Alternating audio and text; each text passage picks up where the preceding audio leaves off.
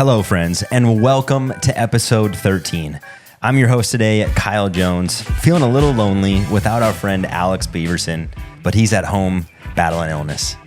You'll be hanging out with me today, and we're going to cover a contest update for Between the Swings, what's going on at the golf course the last week, some projects we've been tackling on the golf course, and what we're doing to get ready for a busy golf season. Friends, if you've been following us, you know that we've been talking about a contest that we wanted to bring to you. Well, thanks to our friends Bo from Wilson and Preston from Taylormade, we have two amazing items that we are giving away as part of our first contest ever. You can participate in this contest by following us on Instagram at Between the Swings. Subscribe to our podcast on your preferred platform of choice. And tag a friend on our contest post. All those things to be entered. Lastly, I'm excited to introduce, we now have long-form podcast video available on YouTube. We'll slowly add previous episodes, but starting with the last one, watch a video, hang out with us, see what we're doing while we're chatting with you.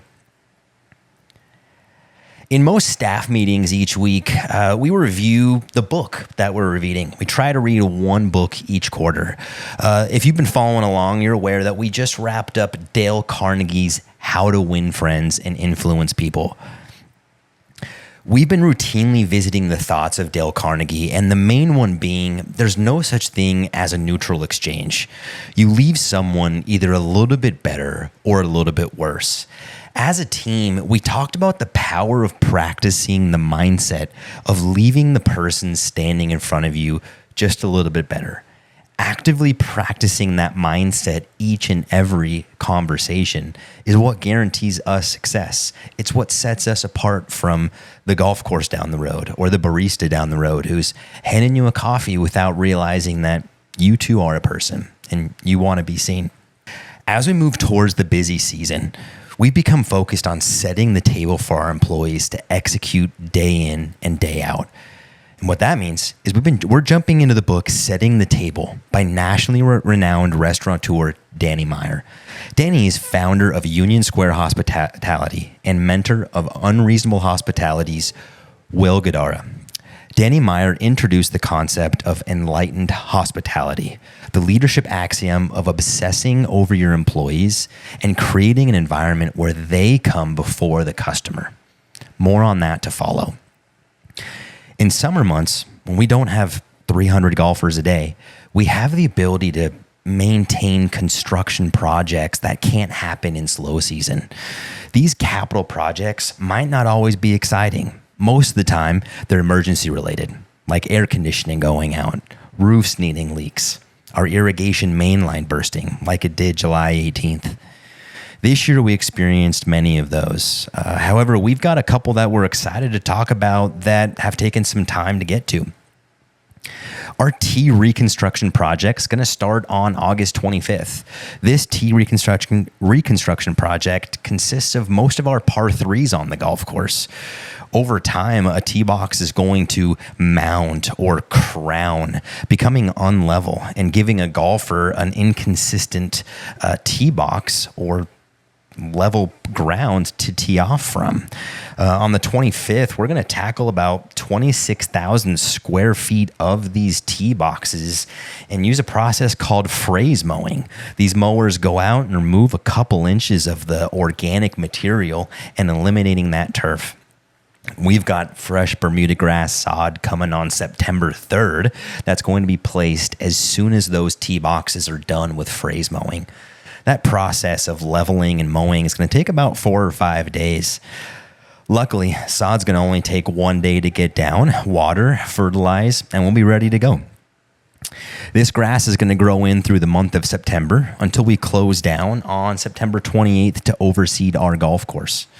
The crazy thing for our golf course is we exist in the middle of summer with 70 to 170 golfers weekday to weekend. It's been about 100 degrees every single day. We get used to this routine of slowness, and now we have to open our golf course on October 14th after we've dropped seed on the 28th and welcome an average of 200 to 220 golfers every day, Monday to Sunday. And we have to talk about creating this environment for our team to show up each and every day where they can execute, where they can show up for those 220 golfers and make them feel seen, right? Show up and make an impact.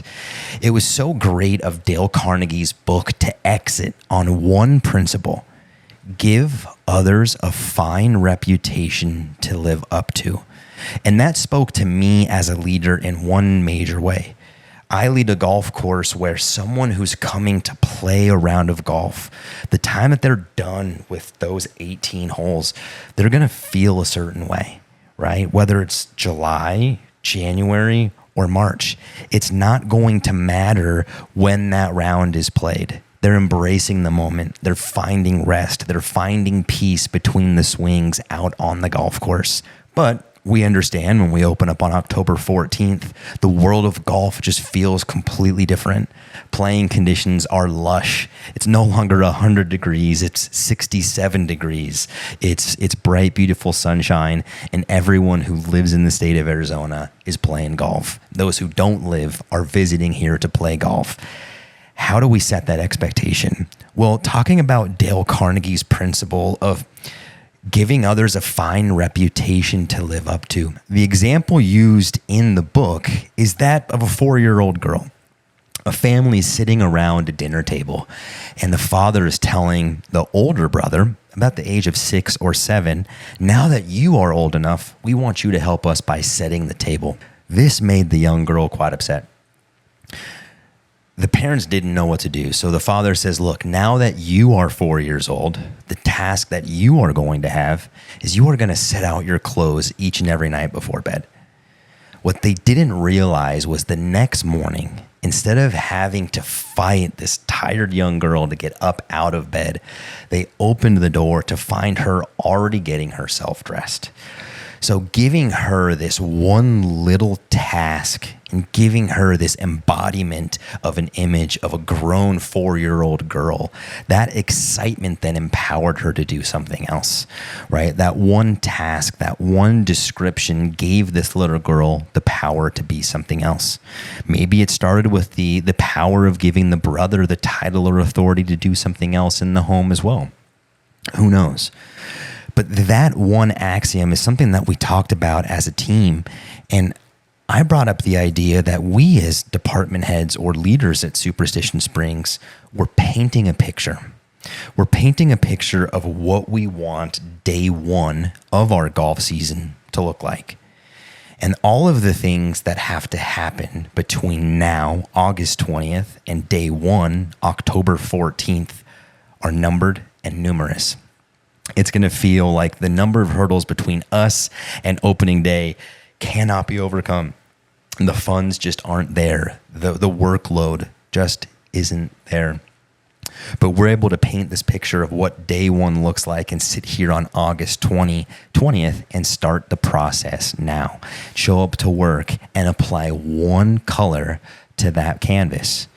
And by day one, every employee on property is going to look at that painting and see that we're executing on a level that's much different than today, without applying this crazy amount of pressure, without making it seem that we as a team have to provide or produce something that is 100% different from now and October 14th.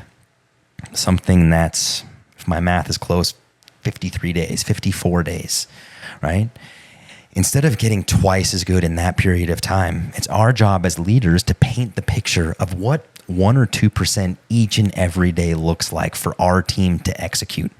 So much of this is what we're going to dive into and discuss in Danny Meyer's Setting the Table. It's our job as department heads to apply this thought of enlightened hospitality. We've painted this picture of what day one looks like. But now that we've painted this picture of what day one looks like, let's at the same time, August 20th, in this staff meeting, paint a picture of what day 100 looks like.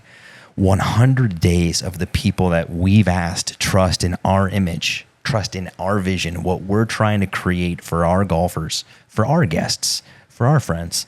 those people are going to come and execute, and they trust in us every single day. It's our job to paint the picture of day 100.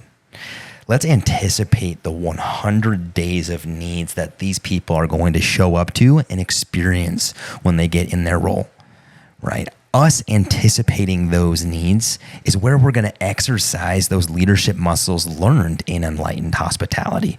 Enlightened Hospitality is this mindset where I'm actually going to put my employee before my customer, because I have this image of how I want my customer to feel. We've talked in prior podcasts, everything we do at Superstition is form, function, and feel. We are setting up a form so that our team or facility can execute a certain function so that our guest can feel a certain way. Now, October 14th, we're ramping up that guest count to 200 plus individuals. I could try and obsess personally over impacting the form, the function, and the feel of every single one of those guests.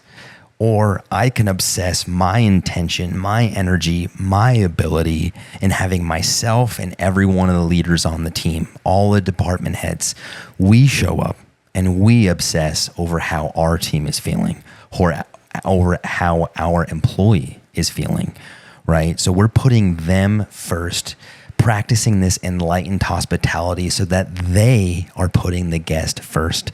They are the ones who are showing up and understanding that the result, the goal is the feel, and the why is that feel. The form and function is how we're going to get to that. And everyone who works for us, they're trained on it. They know that that's how we want to execute on our principles here at Superstition Springs. So to dive into Danny Meyer's setting the table is a great way for our team to set the table as leaders on day one and working through to 100 and beyond on how we can obsess over putting our team in an environment where they win, where they know that they're taken care of so that they can obsess over making that guest feel seen, where they can show up and actively apply the principles of Carnegie, right? There's no such thing as a neutral exchange. You leave someone either a little better or a little bit worse.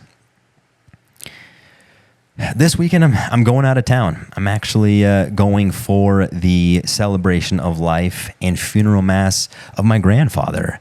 And that's got me thinking about life in general and mortality. And oddly enough, that's brought me to the quote that C.S. Lewis penned in The Weight of Glory. There are no ordinary people. You have never talked to a mere mortal. Nations, cultures, arts, civilizations, these are mortal, and their life is to ours as the life of a gnat. But it is immortals whom we joke with, work with, marry, snub, and exploit. Immortal horrors or everlasting splendors. This does not mean that we are to be perpetually solemn. We must play.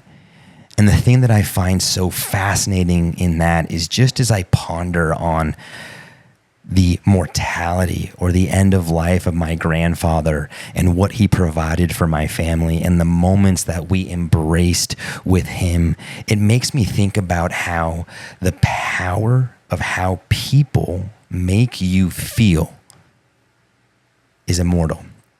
And it's eternal.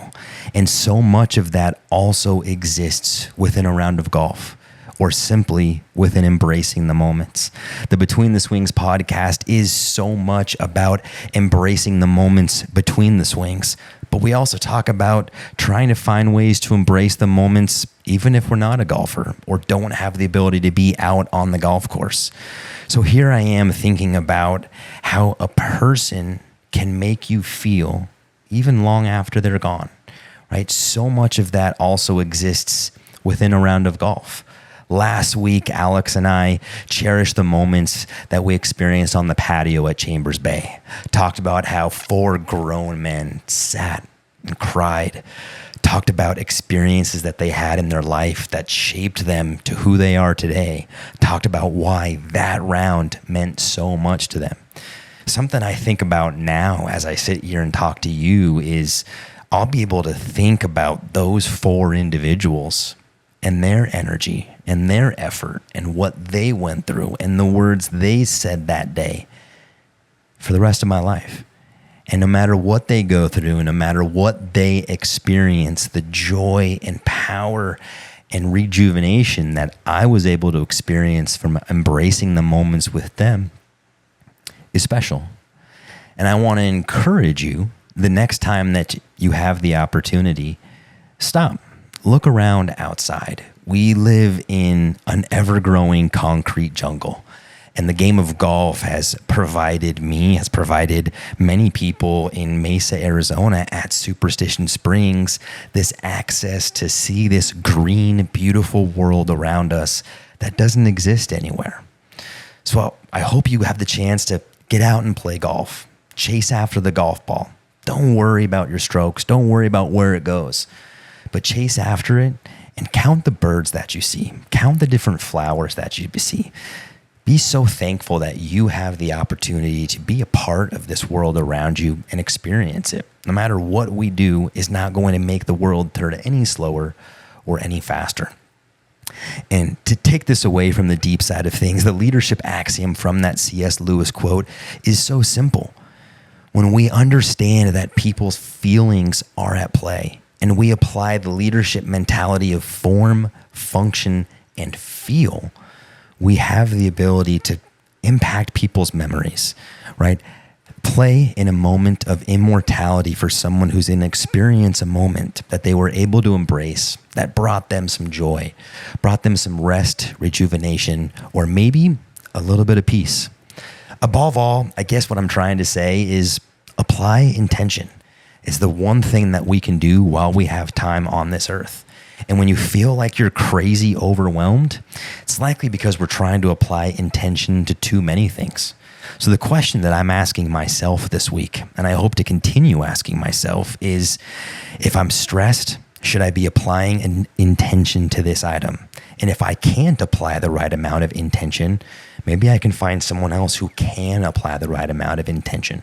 Because when intention is implied, the mortal becomes immortal. Back to the game of golf. The one exciting thing that's happening in golf is the men are wrapping up their FedEx Cup season. It seems like Scottie Scheffler has so many things on wrap with the FedEx Cup points lead that he has, but you never know. There's only so many strokes that he's going to take into Atlanta for the final tournament. The one exciting thing that I hope everyone has the opportunity to take a look at is the women's golf. The LPGA Tour is playing at the home of golf, St. Andrews in Edinburgh, Scotland. They're playing the Open Championship over there. So tune to your TVs, watch some of that golf. It's so much different than some of the golf that we experience here in the United States or the golf that we experience here in Arizona specifically. But that links golf among the coast is going to be so special to watch the ladies take on that challenge. The last thing I want to remind everybody on is that we have partnered with 2 amazing brands, Wilson and Taylormade. Wilson, our friend Bo, Taylormade, our friend Preston, have gifted us 2 amazing gifts that we're going to give away. Those 2 prizes are a Wilson Infinity Series putter of your choice and a Taylormade QI10 driver as well. Both of those will be given away to a lucky winner who subscribes to our podcast, follows us on Instagram, and tags a friend on the contest post. Above all else, folks, apply intention, embrace the moments, and have a wonderful week. Thanks for listening.